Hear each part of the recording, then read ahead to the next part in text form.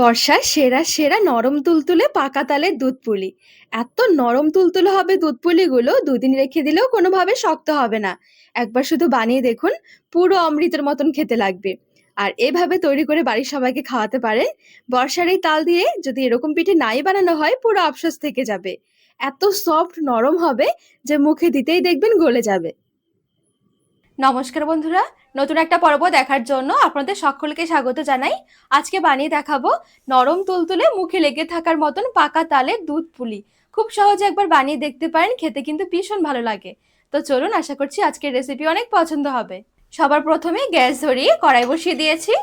এক বাটি নিয়েছি তালের কাঁধ, কড়াইয়ে নিয়ে নিচ্ছি। সামান্য একটু লবণ দিয়ে দিচ্ছি। নেড়ে ছেড়ে কাঁধটা একটু জাল দিয়ে নেব। চালের কাঠটা এখানে হালকা করে একটু জাল দিয়ে নিয়েছি। এবার অল্প অল্প চালের গুঁড়ো মিশিয়ে একটা ডো বানিয়ে নেব। চালের গুঁড়োটা আমি আগে থেকে রেডি করে রেখেছি। আতপ চাল ভিজিয়ে 1 ঘন্টার জন্য, তারপরে গুঁড়ো করে নিয়েছি মিক্সিং জারে। ডোটা একটু টাইট করে বানাতে হবে।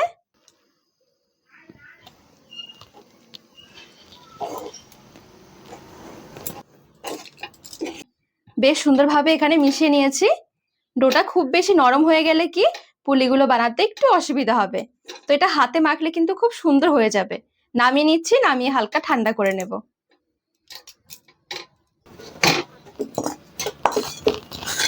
এবারে এদিকে পুলির জন্য পুর বানিয়ে নেব। 1 মালা নিয়েছি কোরানো নারকেল,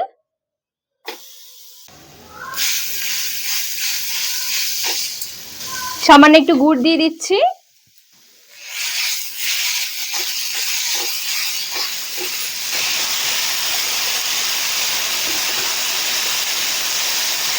নেড়ে ছেড়ে নারকেলের পুরটা এবার একটু পাক দিয়ে নেব।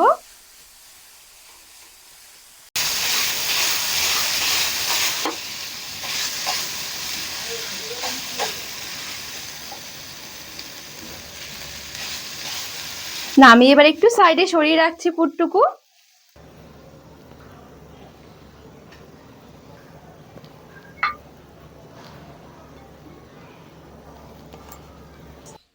আর এদিকে যে ডোটা বানিয়ে রেখেছিলাম, হালকা কিন্তু একটু ঠান্ডা হয়ে গেছে। তবে পুরোপুরি কিন্তু ঠান্ডা করলে হবে না, হালকা একটু গরম থাকতে থাকতে ডোটা একটু ভালো করে মেখে নিতে হবে।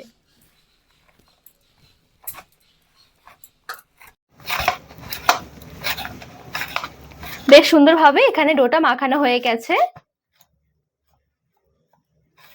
এবার এই ডো থেকে অল্প করে নিয়ে নিচ্ছি, নিয়ে পুলিগুলো তৈরি করে নেব।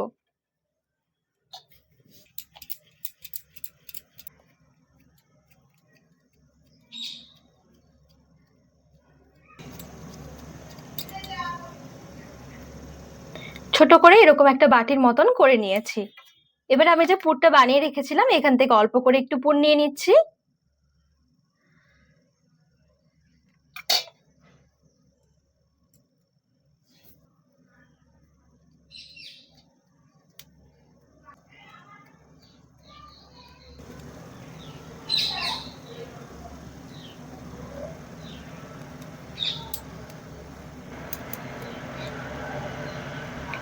তো এই দেখুন, এখানে কিন্তু একটা পুলি তৈরি করে নিয়েছি।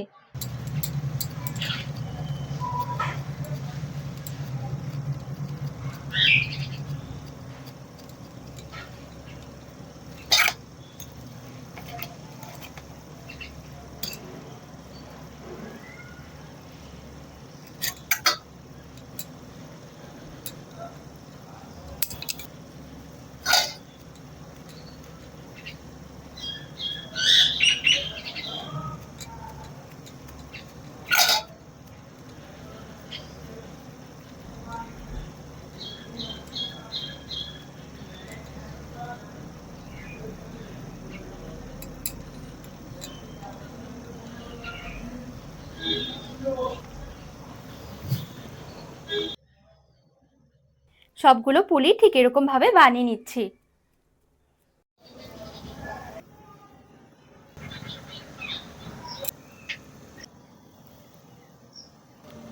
সবগুলো পুলি এখানে খুব সুন্দর করে তৈরি করে নিয়েছি। এবারে গ্যাস ধরিয়ে এদিকে একটা কড়াই বসিয়ে দিয়েছি।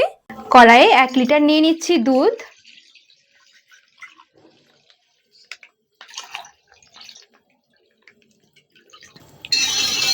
দুধটা জাল দিয়ে একটু ঘন করে নেব।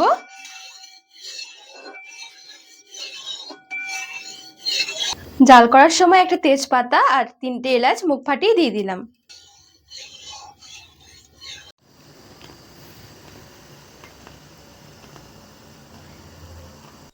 যেহেতু এখানে আমি 1 লিটার মতন দুধ নিয়েছি, তো দুধটা জাল দিয়ে মোটামুটি 750 ml এর মতন করে নেব। আপনারা কিন্তু দুধটা ঘন করার জন্য একটু গুঁড়ো দুধও দিতে পারেন। তো আজকে আমি গুঁড়ো দুধ দিচ্ছি না, এমনি জাল করে দুধটা একটু মোটা করে নিচ্ছি।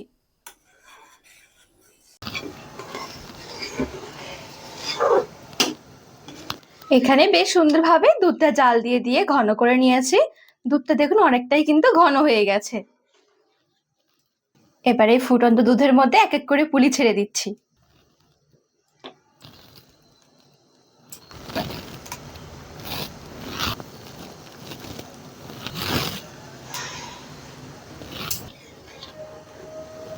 সবগুলো পুলি সুন্দরভাবে দুধের মধ্যে ছেড়ে দিয়েছি।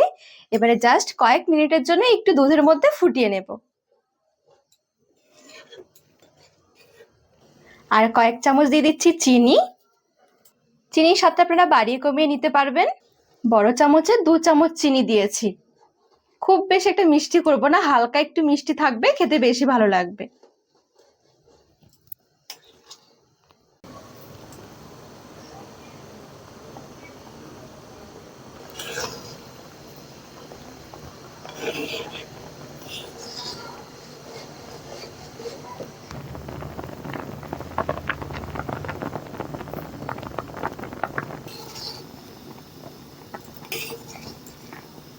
তো বেশ সুন্দরভাবে মোটামুটি 5 থেকে 7 মিনিটের জন্য এইভাবে করে একটু ফুটিয়ে নিয়েছি।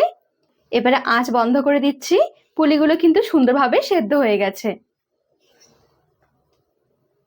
এবার এভাবে করে দুধের মধ্যে ভিজিয়ে রাখবো বেশ কিছুক্ষণ, মোটামুটি 30 থেকে 40 মিনিট। একটু ভালো করে ঠান্ডা করে নেব, তারপরে সার্ভ করব। আর ঠান্ডা করে খেতে কিন্তু এটা বেশি ভালো লাগবে। এটা কিন্তু কিছুক্ষণ পর একটু ঘন হয়ে যাবে। হালকা করে একটু ঠান্ডা করে নিয়েছি। ঠান্ডা হওয়ার সাথে সাথে দেখবেন উপরে এত সুন্দর সর বসবে। আর এই সর দিয়ে মালাই দিয়ে যখন পুলিগুলো মুখে দেওয়া হবে, বিশ্বাস করুন পুরো অমৃতের মতন খেতে লাগবে। আর কতটা লোভনীয় লাগছে দেখুন পুলিগুলো। আরো যখন ঠান্ডা হবে তখন আরো বেশি খেতে ভালো লাগবে। তো এবার আমি বাটিতে একটু সার্ভ করে নিচ্ছি।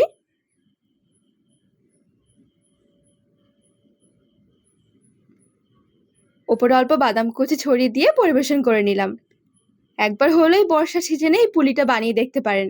পুরো নরম তুলতুলে পুলি হবে, মুখে দিতেই দেখবেন মিশে যাবে।